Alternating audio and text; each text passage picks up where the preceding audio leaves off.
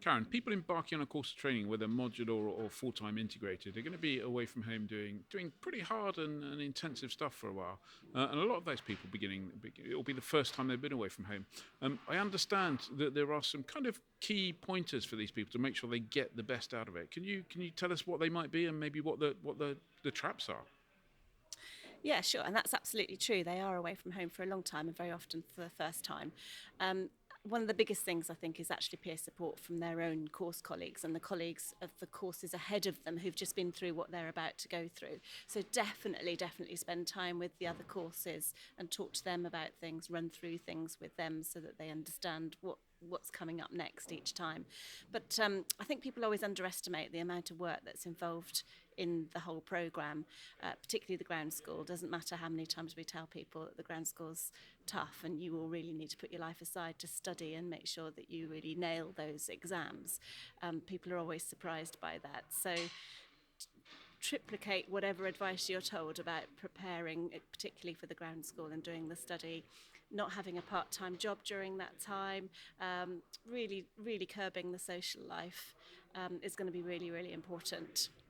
And I think also there's something to bear in mind from the parents' perspective here as well, because very often parents ship their children off to wherever it might be to go and do this training and want to pop down and see them every now and again if they can, if they're in the same country, or expect them to visit every now and again. And actually, in particular, that period of ground school, that's unlikely. And the pressure of a parent expecting their son or daughter to travel home or be available for family events or whatever is added pressure when they're already under pressure. So I think it's about just allowing the cadet pilot to get on with that period of time and really focus on their studies, use their peers, properly study so that you're not trying to catch up, because there isn't the time to catch up. You need to be able to move on to the next module having clearly got through the previous module and studied it well.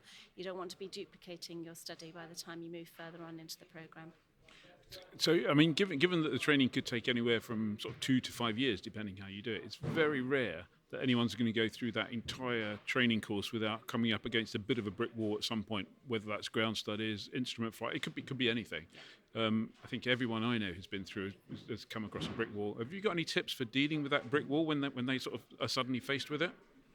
Yeah, that's really true. I think everybody thinks of a learning curve, and in their mind's eye, they see this really smooth curve that just starts from A and ends at B and just continues like that. And the reality is that we'll have peaks and troughs during our learning, and everybody experiences those, and everybody experiences them at different times. So just because you're struggling at a particular point and all of your mates seem to be doing quite well at that phase, doesn't mean to say that you're doing badly.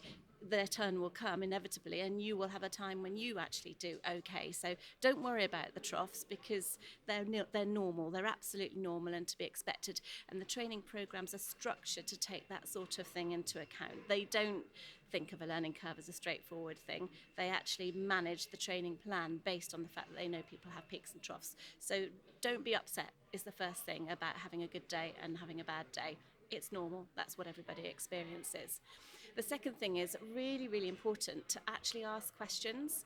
So I think we've all been in the situation where we've sat in a classroom type environment or whatever it might be and thought we've got this burning question in our mind but don't want to ask it because we feel a bit stupid about asking it.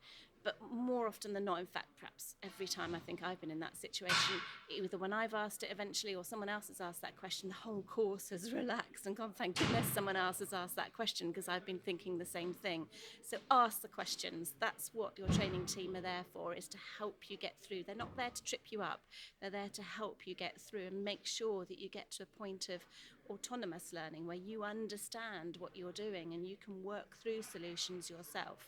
They're not there to trip you up. So ask questions. That's really important. So most of the schools, I'm guessing, most of the good schools at least, will have some kind of extracurricular care or whatever you might call it, something that's in place. Is there anything that any questions you should ask, anything you should look for before choosing your school? I think that will be a really good sign of a good school to look at if they have got that sort of provision in place.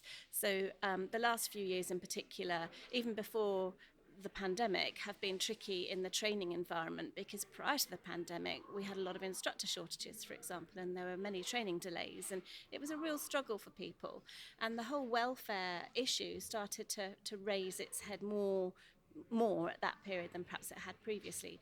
On top of that, now add the pandemic and everything that everybody around the world is dealing with. Our own personal welfare is being taken far more importantly, and I think a school that's properly recognising that and has both an internal training system to make sure that their own staff are trained to be able to deal with a first level of support if someone comes to them with some concerns that are non-training related.